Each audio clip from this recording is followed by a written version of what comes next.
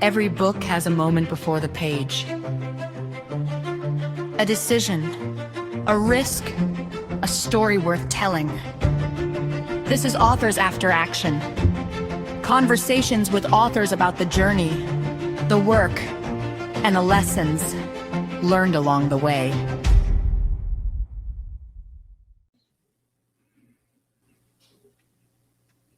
Welcome to Authors After Action. I am your host, Donald Dunn.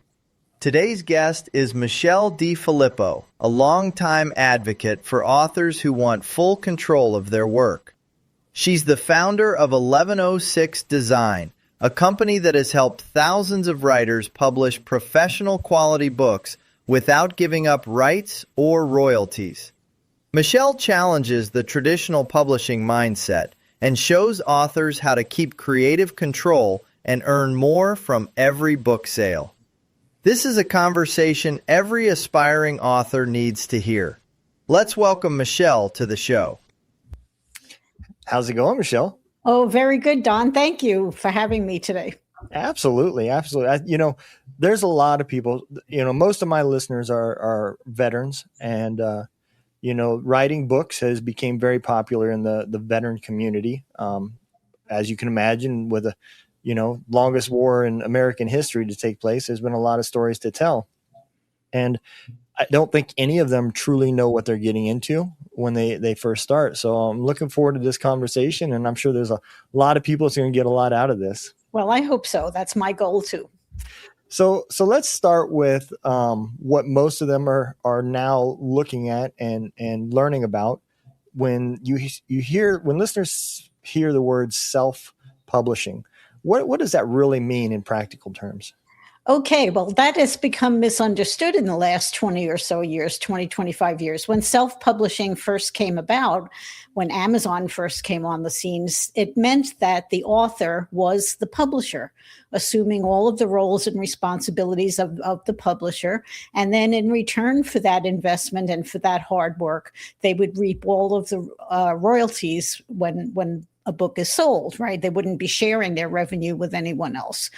And over the years, that got all mixed up. And so now we have there's that was self-publishing on one end of the spectrum. On the other end is traditional publishing, where the publisher makes all of the investment, puts in all of the work. The author doesn't have to do anything except contribute a manuscript, and the publisher takes it from there and does everything possible to make that book a success at no cost to the author. Well, now we have a whole slew of publishing companies. There's a whole spectrum of them. Sometimes they call themselves hybrid publishers, and sometimes they're good and sometimes they're not. But what they do is they charge authors to produce the book, and they also share their revenue on the back end. So that doesn't really work out too well for authors. And a lot of times they don't even produce a good book. Yeah. And I have talked to several of my friends that have fell into that exact trap that you're describing right there. Some of them even paying upwards of $5,000 and $6,000 to get their book edited and everything else. And it's just, there's no real thought process. The cover looked like it was done on ChatGPT, and it was just handed back to them, with no recourse. And it makes it hard. It kind of puts a bad taste in a young author's mouth, Well, it really has destroyed the promise of self-publishing to a large extent, right? Because it should be a wonderful experience to produce your own book and to not have anyone else get in the way of that, right? Yeah. Because the traditional publishers, because they're making the investment, they are the gatekeepers. They want to make sure that their money is well spent. And so they will change your book and they will do it the way they see it should be done. So in that model, the author does lose a lot of control, all of the control, really. So self-publishing was supposed to be the answer to that, where the author had all the control. But the understanding at the beginning was that the author was also responsible for producing a good quality book. And that's what's gotten lost along the way. A lot of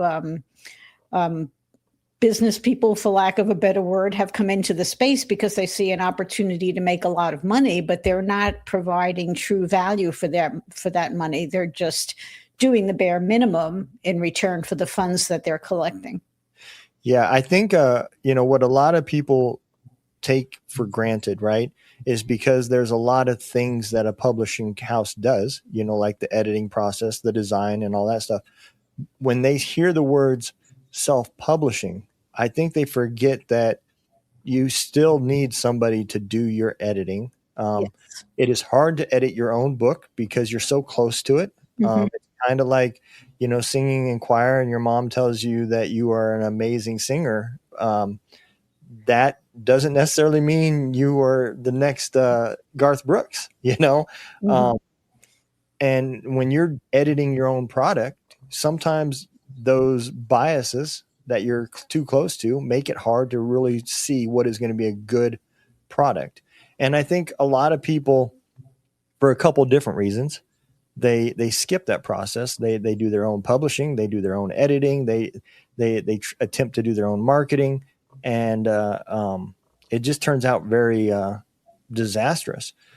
But it doesn't have to be, right? The self-publishing doesn't mean that you can't still hire somebody to do your editing.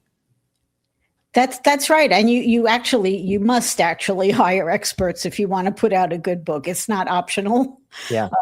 And now there's two ways to go about it. If your book is a hobby and you don't intend to sell it and it's just for friends and family, then fine. You could go about it any way you want. But Right. if you're going to ask people to spend their hard-earned money to buy your book, then you have that responsibility to give them a good product. And professional services don't come cheap, Right. right? But what's happening in the industry now is people are spending for professional level services and not getting them. Yeah. And that's what prompted me to do these podcasts. I mean, I'd much rather sit in my office and hide, but I get these calls every day, every week, and it's just pitiful. Yeah.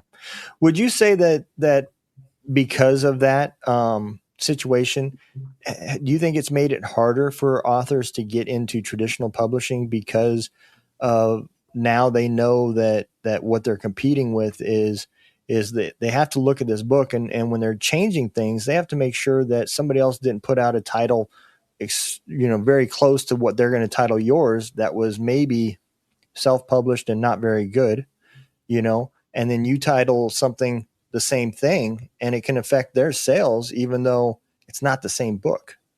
Well, I don't think a traditional publisher worries too much about that. It's not uncommon to find books with exactly the same title. Right. On Amazon. Yeah. I mean, there's just not enough words in the English language to give every book a unique title. Right. But hopefully the traditional publisher would make the book designed well and edited well, so it would be obvious that this is not the self-published version over there. Yeah. Yeah. I think the reason why I brought that up is because a lot of people don't fully understand what is behind when they go to a traditional publisher, right? They think that traditional publisher is there to be like a record label, right? They're just going to take in these authors and then take on all the cost and make your book the next bestseller. And at the end of the day, it's like me going to a barber and thinking I'm going to come out looking like George Clooney. You can only do so much with the face of the product. The hair is not going to change the way I end up looking. But they don't realize that they have they're betting on that the book is going to sell, and that's how they're going to make their money in return. Well, they don't even take on a book until they do research and decide whether or not there's a market for it. And that's one area where self-published authors could be a little bit more attentive to the details. A lot of people who want to self-publish a book will just make an assumption that everyone else is just as interested in their topic as they are, and without doing any checking really of any kind, even casually. And that's where, sometimes things go terribly wrong. Yeah. When somebody comes to you from, goes to your company, 1106 Design, where are they usually at in this process? Obviously, they're probably young authors, and they're coming to you for your expertise. Do you find that they're in the middle of the process already and they got themselves stuck, or are they doing the research at the beginning and saying, "Hey, I know I'm going to need this help"? Both of those things are true. Some people come to us and say, "I just had the worst experience at so and so's place," and I think I've got my manuscript back, and I need to start over. And of course, that's very sad, but we can help them wherever they are. And then some people do a lot of research, and they say, "I see you've got a good reputation. I've looked at your samples, and I've looked at some of the books you've done, and I have confidence in you. And how do we get started?" So that's always nice. But we can help anyone who has a completed manuscript. That's where we like to start, and Okay. then we can edit and design the cover and the interior, proofread, do an ebook, do an audiobook, whatever else they need along the way. And we also, the most important difference with us is that we help authors publish in their own name so that they keep control of the book. They get the sales reports, they get the royalties paid directly to their bank account, and they don't share that revenue with anybody else. Wow. So it's the best. I think it's the best of both worlds. It's convenience because we provide the vetted team, the qualified experts to prepare a good book. And we also make sure that they're publishing it in their own name so they get the most revenue possible when a book does sell. Okay. Well, let me ask you this. Somebody that's coming to you that's new, I'm more familiar with the nonfiction side, so we'll use that as an example. Let's say an Army veteran wants to write a book and they come to you at the beginning, they finish their manuscript. What kind of cost would they be looking at from the beginning to the end to complete that book? Well, for a nonfiction book, probably around 50, 60,000 words, you're looking at $10,000 for complete service. That's editing, cover design, interior layout, proofreading, ebook formatting, and then all of the help that goes along the way with that, including advice on pricing and keywords and distribution setup. Okay. And so once the book is complete, do you guys help with the marketing and distribution, or is the product handed back to the author and they just get advice from you and they actually do everything from there? Well, what I do is I introduce the authors who come to us to 3 marketing experts that I trust, who have integrity, will do a good job. They won't just take the author's money and run. And they'll interview the author, and they won't take the job if they don't think they can deliver results. The marketing aspect of it is not really in our area of expertise. So I don't like to get involved in something that I don't know anything about. Yeah. So we stick to the pre-press part of it. Okay. So when the book is done, do you guys actually help with the print side of it too, or do you refer them to the self-publishing to actually get the print side done? Well, see, that's the thing, that there's a lot of misunderstanding there in the business. Print on demand printing and distribution to the retailers is available to anyone. All they have to do is open up a KDP account and an Ingram Spark account. Both. We recommend using both platforms together so they get the widest distribution at the lowest cost. Now, that's where these middle ground publishers kind of muddy the waters. They say, we'll get your book into bookstores nationwide. Your book will become a bestseller. And all they're doing is they're putting the book up on their Ingram Spark account so that they're getting the reports and the revenue before you do. Yeah.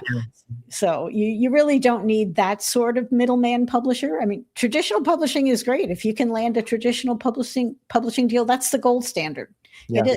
And self-publishing is also great as long as you don't follow the online advice to do it yourself or to buy cheap services and put out a lousy book. Yeah. And I think that's one of the things that people really misunderstand, right? Would you say that most authors should look at their book not as a source of an income, but as a way to either, one, build a following, so it becomes a source of income, not from just one book, but over the years of continuously writing, or maybe on the nonfiction side, maybe you're a speaker or something else, and you want that book out there for maybe to show some authority on the topic that you're discussing, and to help make you look a little bit more vetted, or professional when somebody vets you to be a guest speaker. Yeah, for speakers and consultants, that's the very best way to produce a book, right? Because it helps you build authority, like you just said, and you can also sell books at the back of the room and directly to your list without incurring the wholesale discount that Amazon and all the other retailers charge. A lot of people don't know, when Amazon lists a book, it might be a $20 book, but Amazon takes 40% of that $20. And then the author pays for printing through the print on demand system. And then they get the rest. So there was a self-publishing guru a long time ago, Dan Poynter. You may have heard of him. Mm-hmm. He used to tell the joke that a bookstore is a lousy place to sell books. And it is for the author. It's great for the bookstore. Yeah. Yeah. So, I mean, if you're a business person or a speaker or a consultant, and you can develop channels to sell your book directly, that's the number one way to do well financially. Yeah, I think that was one of the things that surprised me, right? Was I thought book signings and stuff like that was similar to podcasting, right? The podcast doesn't pay a guest to come on, and the guest doesn't pay to be on. We're kind of using each other's expertise and platform to help each other. Right. And I realized real quick, that is not the way book signings work. The way it works is the bookstore charges you for either setting up there, and takes a percentage of all your sales for your books that you bought and you brought to sell, or they just take a portion of the sales, one or the other. And it's not guaranteed. I mean, you're going to have a hard time getting to somebody to allow you to set up in front of like a Barnes and Nobles or a place like that. It's just not, they're just not going to let anybody sit in there. So even just trying to get out there and marketing and doing book signings and stuff like that is even a challenge for somebody that's trying to do this all by themselves. Oh, it is. And the same Dan Poynter also said that when Amazon came on the scene, he was basically the inventor of self-publishing. This episode is brought to you by Barracks Media, where your online presence becomes a real asset. Barracks Media builds professional websites for podcasters, creators, authors, and small businesses who are ready to be taken seriously. Not templates, not cookie-cutter pages, real platforms built to grow with you. Whether you're launching a podcast, promoting a book, or building a brand, your website should work as hard as you do. We design sites that convert listeners into followers and followers into clients. Visit barracksmedia.com and turn your idea into a home on the web. He traveled the world telling people what a great opportunity this was. This was like 25 years ago. And he said bookstores are going to become the showroom for Amazon. So in a lot of ways, I mean, every business has expenses that it has to cover, right? So I don't want to trash people too much for charging or for taking part of your revenue. Depends on what they do in return. But online bookstores, for example, Amazon, unless you buy ads, they don't do a thing to help you promote your book. That's still all up to you. So you really legitimately have to question what entitles you to 40 to 55% of my cover price. What are you doing? Yeah, you are absolutely right. And that marketing side, if you try to learn it on yourself, man, that's the best melatonin you'll ever buy, is listening to an audio book about SEO. That's guaranteed to put you to sleep, I promise. Yeah. But it is so important. It really is, all the way down to deciding what your binac's going to be and all of that, what categories you're trying to put in, what keywords you want to use, and then understanding how marketing works, that, maybe your sales jump up and take off, and then as they start to pedal down, maybe you need to go back and relook at the categories that you're doing. And that's where most authors that are trying to do it themselves don't even think about it. They think it's a set it and forget it and go on about their day. And that's where I think it kind of just gets very frustrating, because they've worked so hard to get this finished product and now they don't know what to do with it. And that's where I think the self-publishing side has kind of is lacking, is because they've got the distribution side of it done. You can go through Draft to Digital or KDP or any of those, and they're going to put it everywhere. But they're putting everybody's book everywhere. So yeah, the sheer numbers are just mind-boggling. That a recent figure I heard was that 2 million books were self-published, not 2 million books printed, 2 million titles. Yeah. So that's your competition, and it's gotten so that people, if they see an update from you that says, "Here's my book," it's just like, who cares, right? It's really hard to break through. So that's why it's better if you do it in conjunction with a business or a speaking career or something like that, where you have an audience that's identified and is already interested in what you have to say. Yeah, 100%. I agree 100%. Let's talk a little bit about the actual writing process. When some of the people come to you for advice and you've taken a look at their manuscript, what are some of the common mistakes that you're seeing in their writing styles? Well, my expertise is in design, not writing. Okay. So what we do is we start with an editorial evaluation, and one of my editors will take a look at it and identify some areas that need attention from the author before actual editing begins. Okay. Would you say that even in the design process, do you think that some of the people that come to you, maybe they think that more is better? And that I think I've kind of learned that sometimes with book designs, less is better and more legible. As a general rule, less is better. And what I ask every author to do is to go to the major publisher websites and start getting a feel for the kinds of what their covers look like, right? Yeah. Because if you just talk to your neighbor online or your friend online and you look at other self-published books, if you compare those to the books that are designed by major publishers, you'll see a world of difference. And what you want to do is emulate what the major publishers are doing.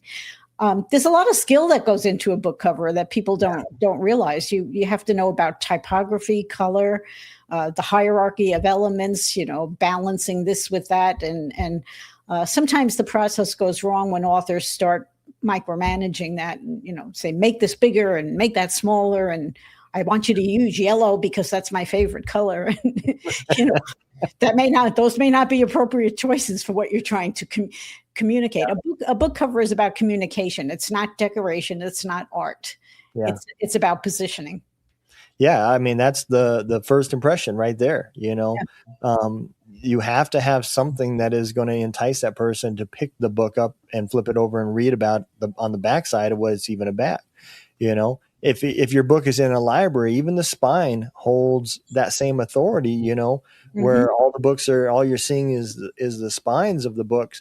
You still want to stand out and make it legible. So the spine tells me directly what topic and what am I expecting when I pick this book up.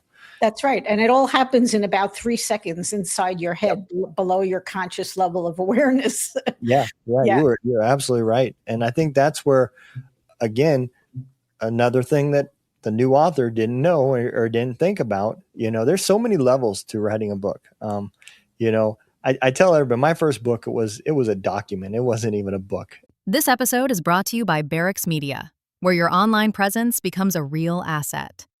Barracks Media builds professional websites for podcasters, creators, authors, and small businesses who are ready to be taken seriously. Not templates, not cookie-cutter pages, real platforms built to grow with you. Whether you're launching a podcast, promoting a book, or building a brand, your website should work as hard as you do. We design sites that convert listeners into followers and followers into clients. Visit barracksmedia.com and turn your idea into a home on the web. It was me writing to my family to explain the things that I went through in the military that I never shared with them. Mm-hmm. And my daughter convinced me to publish it. So I did do just like you said. It was about publishing a book that my daughter asked me to publish. I promise you I've given away way more books than I've ever sold. And, I did get some good reviews from it on Amazon. Made me feel good. I do not consider myself to be an author, but at the end of the day, that process worked really good for me for that particular situation. And so I think when I started doing it, I had no idea what I was getting into, you know. I didn't realize how the editing process was going to work. I didn't realize how many times I was going to reread the same book over and over and over again, you know, and have to deal with those things that I put on paper. But my marketing strategy was even horrible. Everybody asked me where I was going to sell it at, and I told them it's going to be in every pharmacy right next to the melatonin, you know. So, you know, but well, you never know, though, right? I mean, we've all experienced how one sentence in a book can set you off on a completely different direction that you never expected to go. Yeah, I didn't expect to get any reviews, and the fact that I got I don't know 25, 30 reviews was, you know, wow, you know, it shocked me and made me feel good. And I think for me that's what it was about. But I don't think that everybody has that same. You know, just like podcasting, all young podcasters that I help, they all think that they're going to start a podcast and next week they're going to be Joe Rogan, and they think it's going to happen that fast, you know. And I think a lot of authors think that they're going to write a book and within a year or two they're going to be Stephen King and have you know, traditional publishers knocking their door down to publish their book, but that's not the process. It's not likely, and that's where some of these companies really are do a disservice to authors, right? They really betray all the hard work and effort and care and concern that the author put into that manuscript when they tell them we'll turn your book into a bestseller. Yeah. They know that it's just a trick of Amazon's algorithm. It's not a true bestseller that sells 10,000 books in the last week. That's the definition of a real bestseller. Right. But you know, when people are willing to play on your emotions, what can you say? Let the buyer beware, right? Yeah, absolutely. What would you say some of the biggest mistakes young authors are making? New authors, probably, if I had to pick one thing, I would say sometimes there's a reluctance for new authors to take the advice of the professionals. And I find that surprising, right? We've had it happen on the editing side and the design side, on just about every aspect of the project. And for us, it's difficult to navigate that, right? Because we want to honor the author's vision, but we also have a responsibility to put out a good book. So you have to kind of walk that tightrope and figure out, well, do I argue? I will always argue because I'm Italian, right? But but sometimes you have to ask yourself, should I argue or should I just let them do what they want to do? Yeah. You know. Yeah, but even still, you know, then I can see where, you know, people would come back and be like, well, you know, I haven't even recouped my $10,000 that I spent on this book yet. You know, I've sold 35 books and I'm still negative. You know, why should I ever do this? And I think that goes back to what we were saying. People forget what the point of the book was. You know, writing was so different back when, you know, the authors that we know of today that we consider to be up on the top of that pinnacle, you know, they started writing at a different time than what it is today. And it's not the same era. No, and another damaging thing that these low quality self-publishing outfits have caused is that people can no longer count on a book being good, right? Yeah. But when traditional publishing was the only way to go, the only option, you could count on a book being worth the price you paid for it. And now it's really, it's a gamble. You don't really know. You hope for the best. Yeah. You know, and if you're careful and you look for books from major publishers, then you have a little bit more of a guarantee. But there's so many people that are not taking the necessary steps to produce a good book that the buyers have to be wary now. Yeah. Yeah. And it's a very touch and go, you know, situation. I just had a friend, she published her first book and I'm super proud of her. You know, I'm proud of anybody that takes the time to do it, you know. Maybe not proud of what their intent is, you know, if they think that they're going to become millionaires or whatever. And then they get mad at you and try to explain to them that that's not the case. You know? No, well, I mean, in the traditional publishing model, the author might make $1 a book, right? but they don't have to make any investment whatsoever.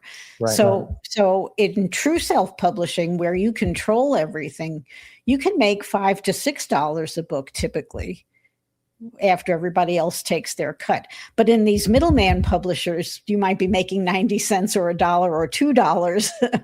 So if people look at that, I think they can make the right decision. Yeah. Yep, I would agree. Well, Ms. Michelle, where can they find you guys? Okay, we are at 1106design.com. And if people go to my website, they can download a free copy of my book called Publish Like the Pros. And that's our little story. It's only 88 pages. It's a quick read, but I give it away for free. And they can book a free consultation. We do not engage in high pressure sales tactics. We'll have a friendly conversation with you, see if we're a good fit and if we can work well together. And if we can, that's great. You'll be one of the clients we can help. All right. Well, I hope everybody out there takes the time to go over there. We'll make sure that the links are down there in the bottom for all of you guys to easily find them. I strongly suggest you do this. If you are interested in writing a book and you don't know all the steps and you don't know your marketing plan and your distribution plan, take the time and make that call and sit down with somebody who can walk you through and at least show you what it is that you're walking into. And you can make educated decisions. You can map it out. You can plan it in stages. You can do all that great stuff that's going to set you out on the right foot. And maybe when you're done, you find something that you enjoy doing and you write another book. I've seen a lot of people do it. It's just, you've got to do it the right way and know what you're getting into before you start. If you do get her book, when you go over there, when you're done, leave a review. Make sure you go on there and leave reviews. It's the best thing to help all authors out there. When you get your book done, you're gonna want that same thing. I promise you will. And it's just a good way to let everybody else know what you read and what you thought of it and what they're getting into. So I hope all of you guys have a great day. Ms. Michelle, thank you for coming on. I had a great time. Thank you, Don. You guys take care, be safe, and we will see you next time. You've been listening to Authors After Action, a podcast from the Barracks Media Network. Thanks to our guest for sharing their story, and thank you for listening.